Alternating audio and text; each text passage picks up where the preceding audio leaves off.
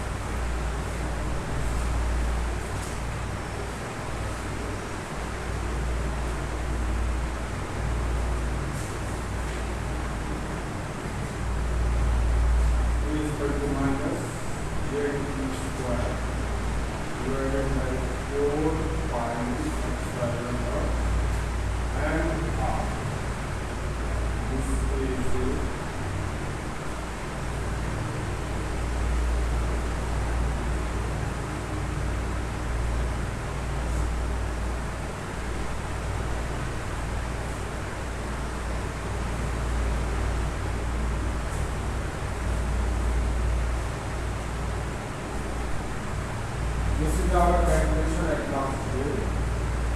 So,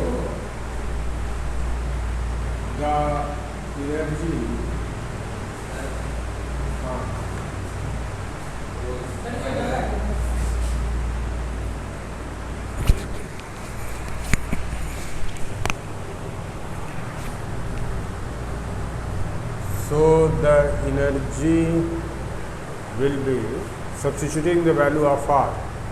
From there you are getting the energy is equal to E is equal to ZE square, that is minus sign, and 4 pi epsilon naught R square is equal to N square H square epsilon naught divided by ZE square.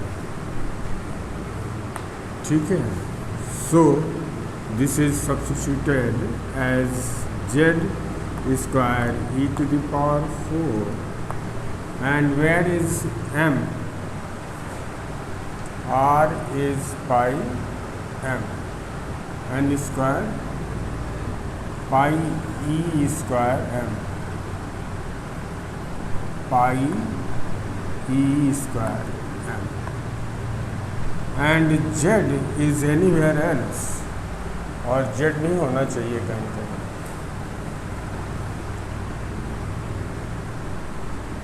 Z square e to the power 4 M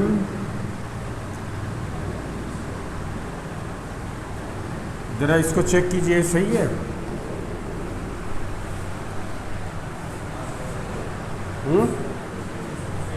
सही है. तो that is equal to pi m e square. तो Z e to the power 4 m, Z e to the power 4 m, that is pi Z e to the power 4 m. हाँ, ये उसमें ये पाई है या कुछ और है? ये that is This should be z. Pi square m है, pi z e square m, z e square. तो then it is coming z e to the power 4, z यहाँ गया तो z स्क्वायर e to the power 4 pi, pi यहाँ चला गया, m divided by 4 pi epsilon 0 square h square and n square. This is minus sign. 1 pi cancel out, so this is z square e to the power 4m divided by 4 epsilon 0 square h square and 1 by n square. This is minus sign, so this says the energy of hydrogen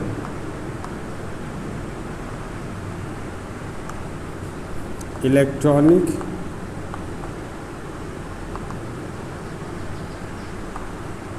system is quantized and energy is proportional to 1 by n square.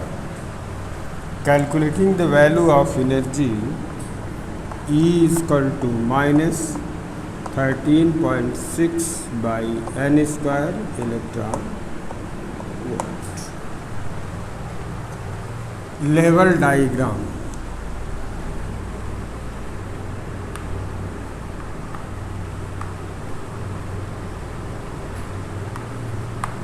What is level diagram? Writing the energy with respect to different value of n in a level is known as a level diagram of the energy. So you have here n is equal to 1, so this is E naught, ground state energy, and this is given as 13.6 minus in electron volt. Energy is rising in upward direction, so this is n is equal to 2, and this is E naught divided by 4, and n is equal to 3, then E naught divided by 9, and this is n is equal to 4 E naught divided by 16, and this is n is equal to 5 E naught is equal to divided by 25. ये energy hydrogen atom की निकली, मतलब कि bore साहब ने जो कहा था कि there are large number of orbit around the nucleus, तो न्यूक्लियस के अराउंड बहुत से ऑर्बिट होते हैं, और each orbit is stable if the angular momentum is integral multiple of h. h का इंटीजर मल्टीपल हो तो वो स्टेबल ऑर्बिट होगा और उसी में इलेक्ट्रॉन मूव करेगा. तो वो स्टेबल ऑर्बिट ये हैं, क्योंकि सारी जो बोर साहब के कंसेप्ट थे उसको लगाने के बाद हमें एनर्जी लेवल मिले. ठीक है, तो this is the first orbit, this is the second orbit, this is the third orbit. There is no concept of orbital but the concept of orbit is here. Orbit is the two-dimension trajectory of electron in which it is moving around the nucleus. मतलब कि ये एक path है, circular path, जिसमें electron move करता है. Quantum mechanics में path नाम की कोई कंसेप्ट नहीं होता. अब दूसरी जो बात आई थी कि if we are calculating the energy then how we are getting the transition, कि ट्रांजिशन कैसे हो रहा है और रेडिएशन कैसे मिलता है. तो normally we are getting the radiation by using Bohr law, who said that transition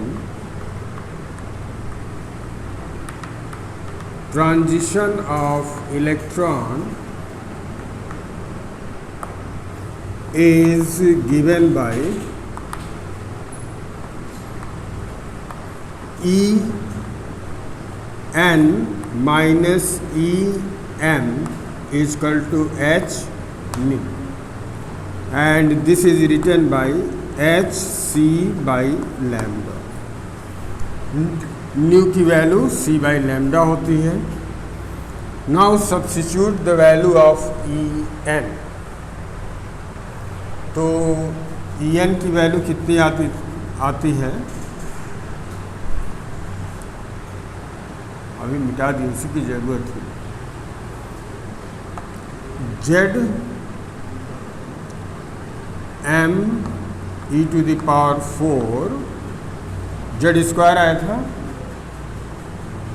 mass of electron divided by 4 epsilon not square h square, and here in bracket 1 by m n.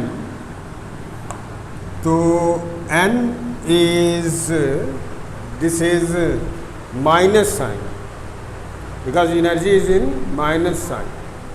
तो इसके आगे plus है तो ये minus ही रहेगा. सो this is m square minus 1 by n square. Okay, this is again written as z square me mass of electron e to the power 4 by 4 अरे pi epsilon n square. अरे ये n square नहीं है, ये है h square and h cube by c is equal to 1 by m square minus 1 by n square is equal to 1 by lambda. 1 by lambda is a quantity which is known as a wave number. Spectroscopy में wave number का ही इस्तेमाल करते हैं, and its unit is, this is written as nu bar, unit is centimeter universe. Number of the waves per unit given length is wave number. ठीक है. तो this is some constant, I ignore this constant, and then there is no rule, कोई rule नहीं है कि n की restrict कोई value होगी और m की कोई रिस्ट्रिक्ट वैल्यू होगी. तो हम लोग डिफरेंट तरीके से इस चीज़ को देखेंगे.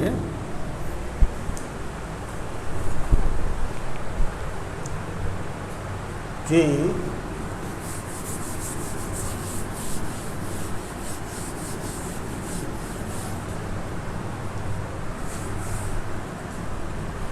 the hydrogen atomic spectrum according to Bohr's theory.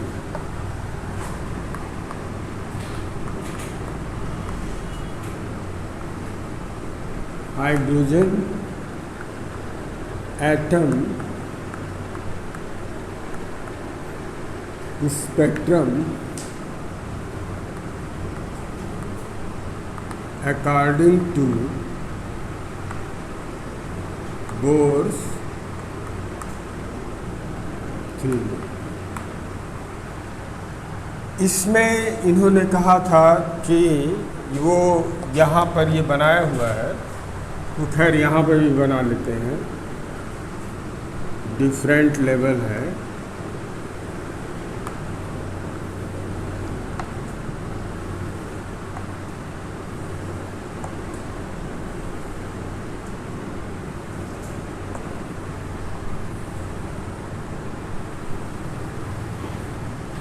This is energy level, this is n is equal to 1, n is equal to 2, n is equal to 3, n is equal to 4, n is equal to 5, n is equal to 6, n is equal to 7, n is equal to 8.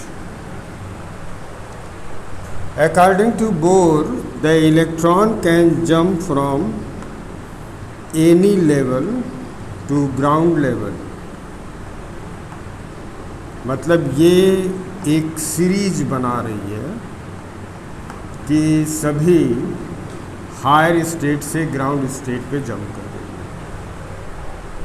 Okay, तो this is forming a series and this is known as a Lyman series.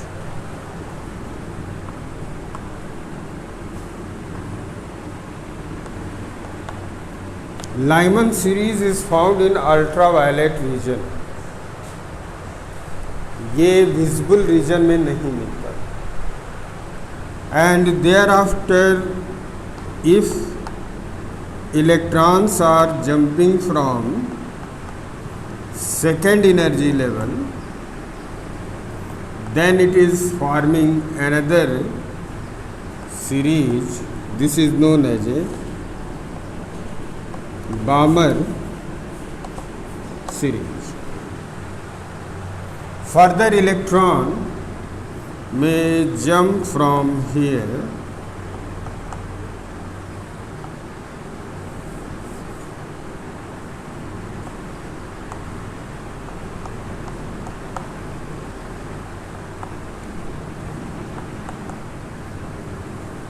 this is Paschen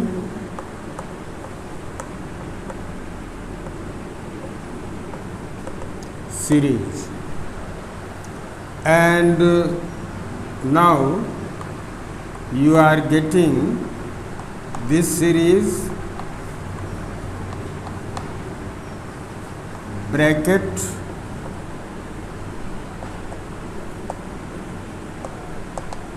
series Lyman, Balmer, Paschen bracket and Pfund series। So you can extend this, n is equal to 5, n is equal to 6, n is equal to 7, n is equal to 8, and this is the series। Pfund series। Experimentally this series are observed। अगर ये theory, bore की theory से जो prediction है वो prediction experimentally observe fact को बताता है। मतलब Bohr's model is explaining the hydrogen atom spectrum. So this is one of the achievement, not achievement, but the concept of the Bohr is very, very profound for atomic structure as well as atomic spectra। Bore को atomic theory का Newton भी कहा जाता है, और कहने का कारण ये है कि he saw that what is happening inside the atom, and so it has a great importance. Great importance why? One concept that is very crucial, बहुत इसमें बेहतरीन कंसेप्ट ये है कि there are large number of orbit, but electron will move only those orbit which are having certain value of angular momentum, and these are known as a stable orbit. ये quantum mechanics के development में काफ़ी help किया था कि what is the stationery या जो time independent Schrodinger wave equation में सॉल्यूशन आता है, वो सॉल्यूशन कहता है कि दे आर टाइम इंडिपेंडेंट, मतलब वो जो सॉल्यूशन है वो टाइम पे डिपेंड नहीं करते हैं, वो बदलते नहीं हैं। तो that is a very very importance of the Bohr model, कि ये जो स्टेटमेंट है वो काफ़ी बेहतरीन स्टेटमेंट है। तो द सक्सेस स्टोरी या you can say that what is the achievement of bore theory. तो अचीवमेंट में ये चीज़ें हैं, bourse theory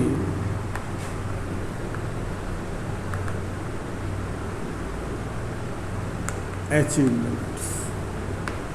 First, it explains the H atom spectra. Second, Rutherford ने एक इक्वेशन दिया था, वो इक्वेशन जो एनर्जी का इक्वेशन है उसी इक्वेशन के बराबर था, लेकिन उन्होंने वो एक्सपेरिमेंटल डाटा को देखा था और डाटा को देखने के बाद उसको फिट किया था और उन्होंने कन्वर्ट किया था कि इस इक्वेशन से जितने हमारे स्पेक्ट्रम में सीरीज बन रही है वो समझी जा सकती है। लेकिन बोर ने अपने पोस्टुलेट और कंसेप्ट से उसको डेराइव किया।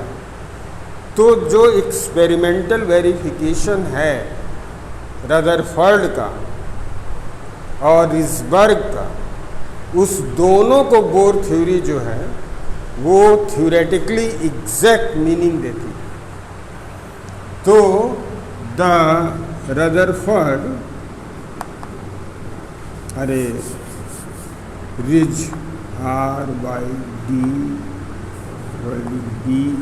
RYDBERG रिसबर्ग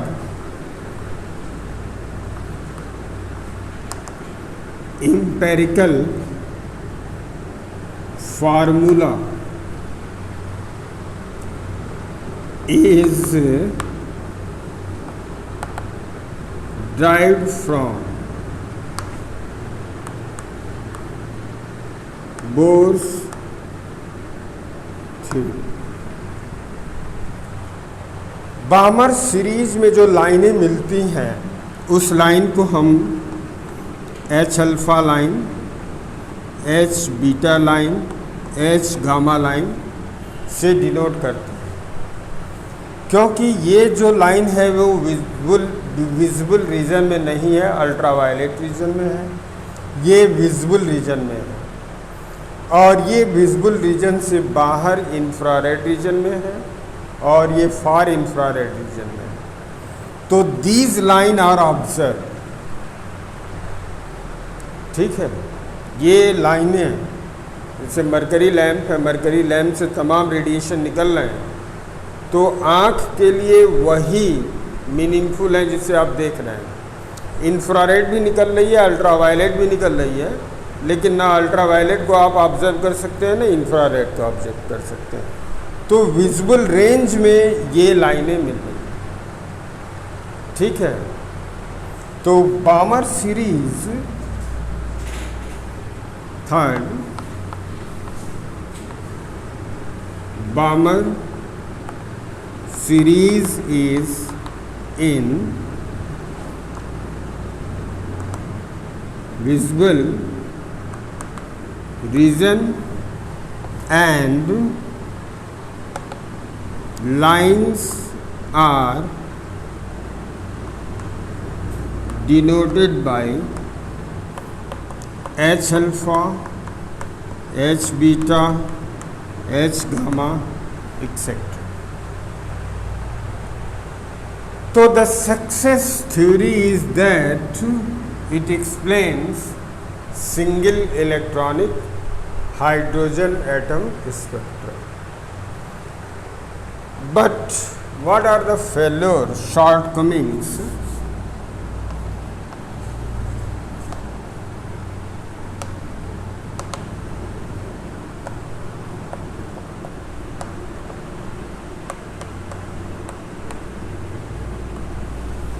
बोर मॉडल की शॉर्टकमिंग्स क्या थी? पहली शॉर्टकमिंग ये थी कि the Bohr's model can not extended to the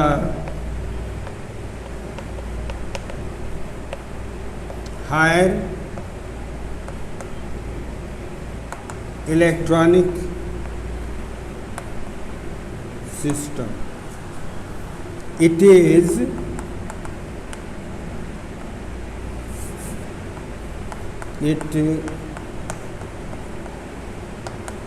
explains only single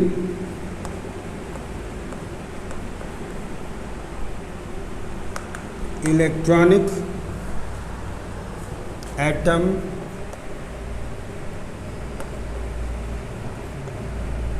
spectra. This is one of the biggest hurdle कि हम इसको मल्टीपल इलेक्ट्रॉनिक सिस्टम की स्टडी नहीं कर सकते। हीलियम की स्टडी करना हो तो नहीं कर पाएंगे, ठीक है। लिथियम की करना हो, सोडियम की करना हो, एक्सेट्रा, तो बिल्कुल ही हम नहीं कर पाएंगे। तो ये बहुत बड़ी शॉर्ट कमिंग थी। दूसरी शॉर्ट कमिंग ये रही कि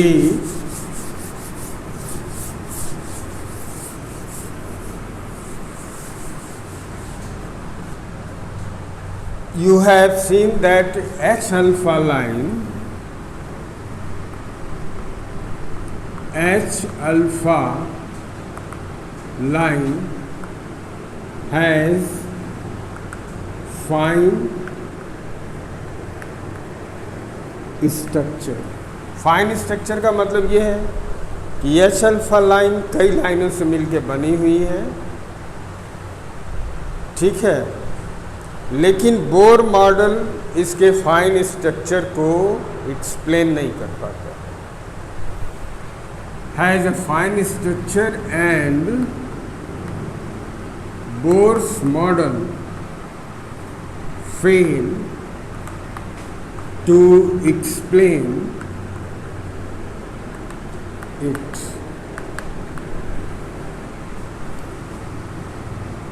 Third, the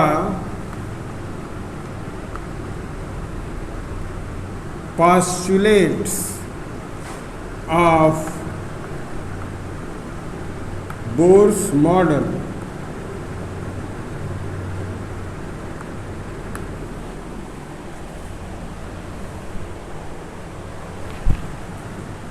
of Bohr model is not based on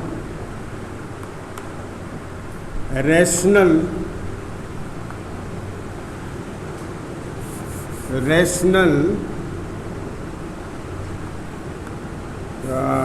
basis. Rational basis का मतलब था कि बोर ने क्यों कहा कि L इजकल टू NH, क्यों कहा कि ये स्टेबल ऑर्बिट है, और क्यों कहा कि delta E is equal to H nu. ये हालांकि प्लैंक की आइडिया से लिया गया था, लेकिन उन्होंने ये नहीं बताया कि ये जंप कैसे और किस रूल से होगा।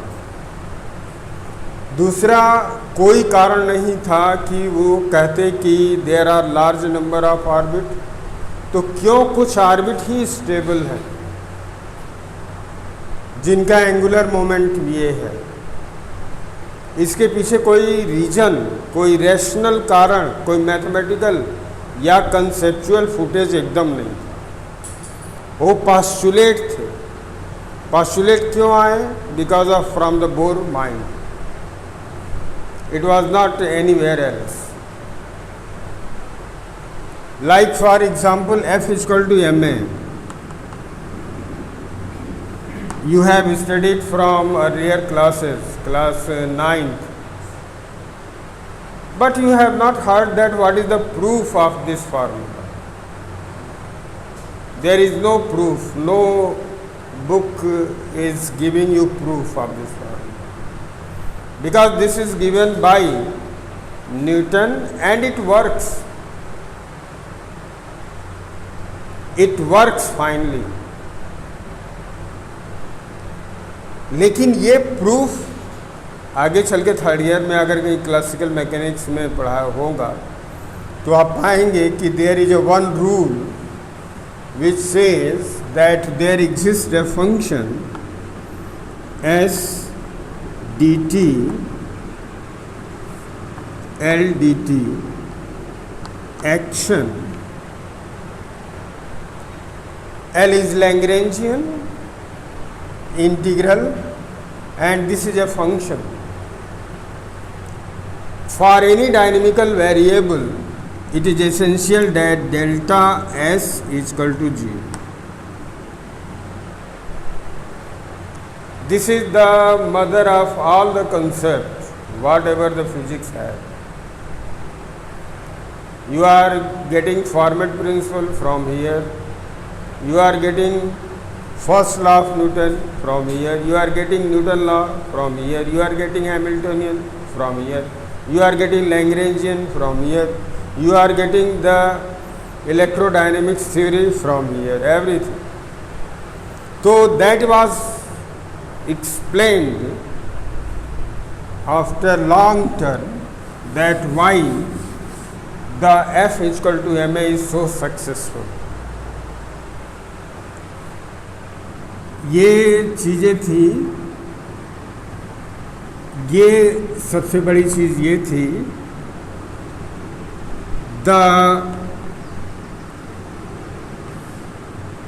जीमन effect and Stark effect can not be explained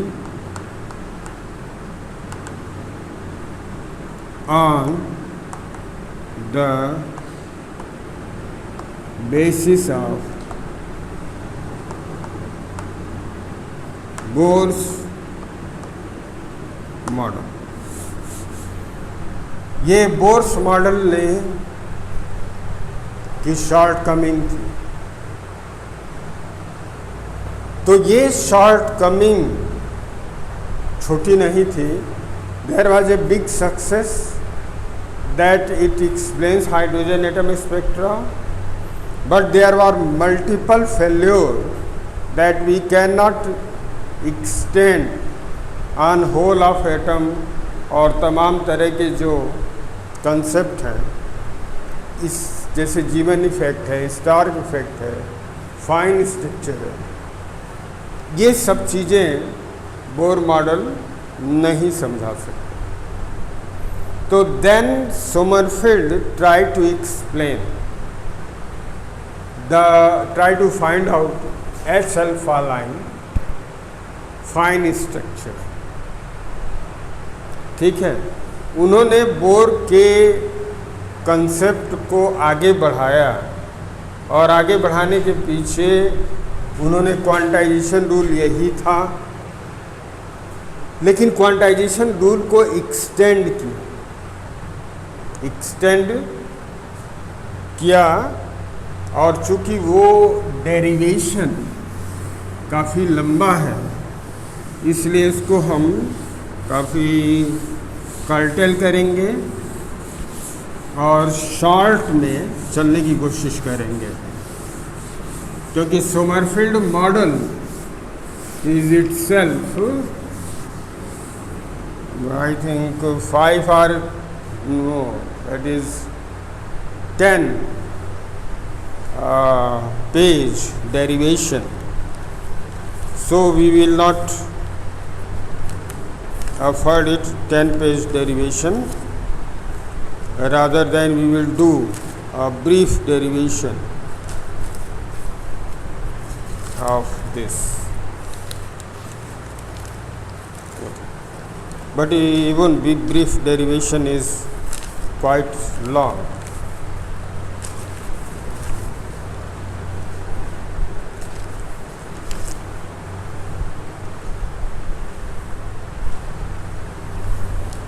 That is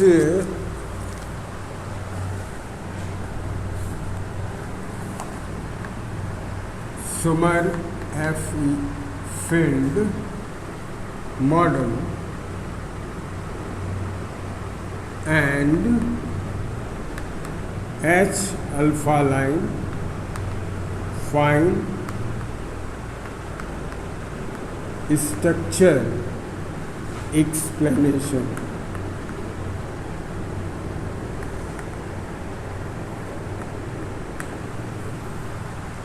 तो सोमरफील्ड ने ये कोशिश की कि we can explain on the basis of some concept, and what are the concept, कि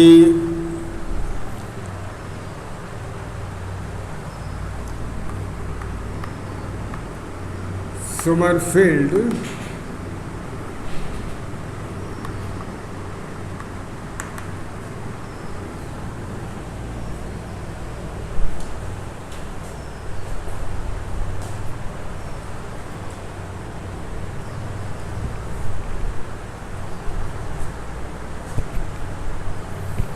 Sommerfeld considered that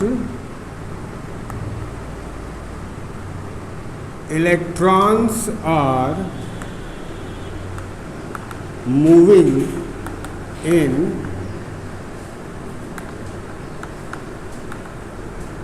elliptical orbit. So they have 2 degree of freedom. Degree of freedom क्या होता है? Number of independent variable. कुछ पढ़े हैं ना classical mechanics में, Lagrangian नहीं पढ़े? हाँ, कुछ भी नहीं पढ़े, इक्वेशन पढ़े होंगे, लेकिन इक्वेशन को, लैग्रेंजियन इक्वेशन को निकालने के लिए पहले क्या करते हैं? कुछ भी नहीं. You have to find out how many number of degree of freedom.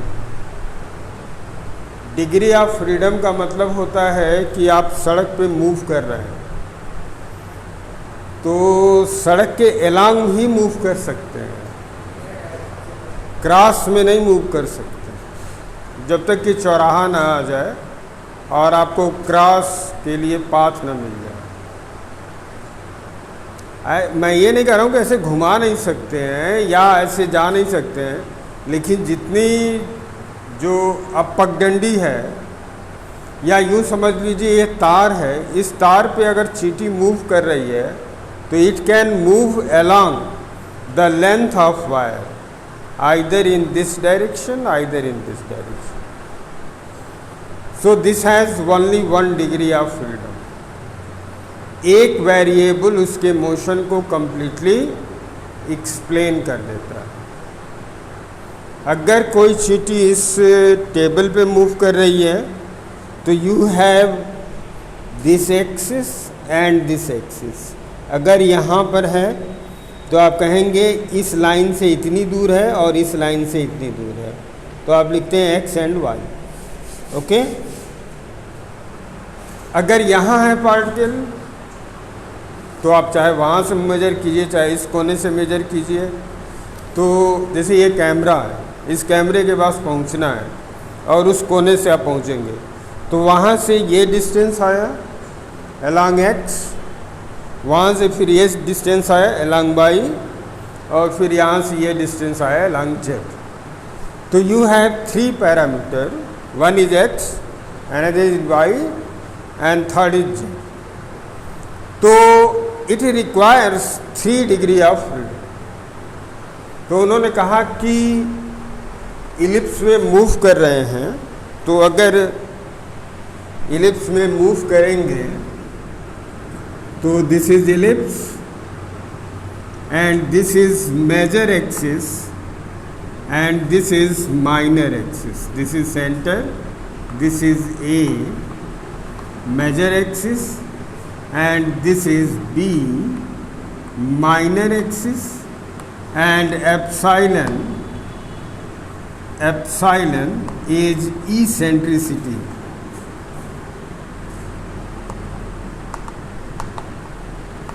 Eccentricity क्या होती है? होता है समथिंग, हाँ,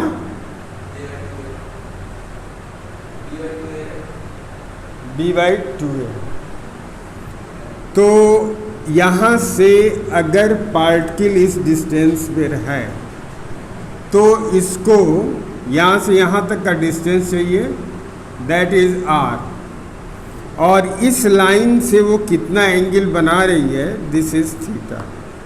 सो r and theta has the 2 parameter which defines what is the position of the electron from its one, this is focus S1 and S2. These two are the focus. अगर eccentricity 0 हो जाए तो S1 और S2 coincide centre पे कर जाएगा और this is known as a circle. अगर S2 इनफाइनाइट पे भग जाए तो यही पैराबोला हो जाता है. ठीक है. तो you need 2 degree of freedom to define what is the what will be the energy or equation of motion. The energy of particle, the energy of electron is equal to kinetic energy plus potential energy. Okay, ठीक है. The kinetic energy K is equal to half m v square and potential energy P is equal to that we have give. Although someone say that potential energy is theta dependent, no, because the electrostatic force is acting only on R. It is not function of theta. ऐसा नहीं है कि एक direction में electrostatic force ज़्यादा हो जाएगा दूसरे डायरेक्शन में कम हो जाएगा. वो सेंटर से R डिस्टेंस पर किसी भी डायरेक्शन में रहेगा, फोर्स या पोटेंशियल उतना ही रहेगा, वो थीटा पे डिपेंड नहीं करता है। तो potential energy is minus Z e divide, this is potential V, energy में यहाँ स्क्वायर करना पड़ता है, and so potential energy is equal to minus Z square by r. Okay, so we in spherical polar coordinates v is equal to r dot square plus r square theta dot। ये dot का मतलब क्या होता है? r dot is equal to dr by dt, theta dot मतलब d theta by d. ठीक है, V square. So E equal to half m. ये कहाँ से आता है मालूम है? ये कैसे आएगा? हाँ, नहीं पता है, अभी बता दे रहे। Half m r dot square plus r square theta dot square minus, that is energy लेंगे Z square by, this is the energy. लेकिन बोर ने कहा था कि भाई L इक्वल टू N और H, तो इन्होंने कहा था कि आपने एंगुलर मोमेंटम का रेडियल पार्ट ही लिया था, आपने एंगुलर मोमेंटम का एंगुलर पार्ट नहीं लिया था। तो let me see that what is happening when angular momentum का जो एंगुलर पार्ट है वो भी क्वांटाइज्ड है, तो क्या होगा? यानी वो एक्सटेंड किए इसको। ठीक है, कुछ ठीक ठाक लग रहा है, समझ में आ रहा है कि नहीं? यस। तो उन्होंने कहा कि ही एडॉप्टेड द क्वांटाइजेशन रूल, मिटा देना, हाँ,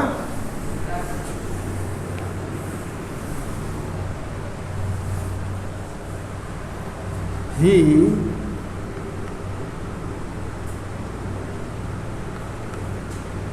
adopted quantization rule that integral of P r dr is equal to n h n r h, radial part का क्वांटाइजेशन है ये, and P theta d theta is equal to n theta, ये n theta की जगह k लिख देते हैं, k and h। उन्होंने कहा कि रेडियल पार्ट भी क्वांटाइज होना चाहिए एंगुलर मोमेंटम का, और एंगल पार्ट भी क्वांटाइज होना चाहिए एंगुलर मोमेंटम का। बोर साहब ने सिर्फ इसको लिया था और इन्होंने ये एक्सटेंड किया, जिसको आप लोग एजीमुथल क्वांटम नंबर कहते हैं। तो उन्होंने एजीमुथल क्वांटम नंबर का कंसेप्ट यहाँ से दिया था। ठीक है, okay. So we have P r equal to m r dot square and p theta equal to m r square theta dot m r square theta dot square. हाँ, कुछ कह रहे हैं? ओके, ये चीज उन्होंने पाया। Then sorry, this is not theta dot. Then he further, time over नहीं हो गया है, that is PR equal to M और डॉट, तो R डॉट भी नहीं रहेगा, MR ही रहेगा, MR, and this is M dr by dt applying chain rule, M dr by d theta by dt। ठीक है, that will give you m theta dot dr by d theta, and from here you are getting theta dot is equal to p theta divided by m r square. ये दो चीज़ें आप लोगों ने पा ली, लेकिन इसके पहले थोड़ा सा हम ये इसका डेरिवेशन, इसका आपको बता दें डेरिवेशन। अभी टाइम है या नहीं? हाँ, नहीं है? हाँ, 7:06 हो रहा है। कितना टाइम है? हाँ,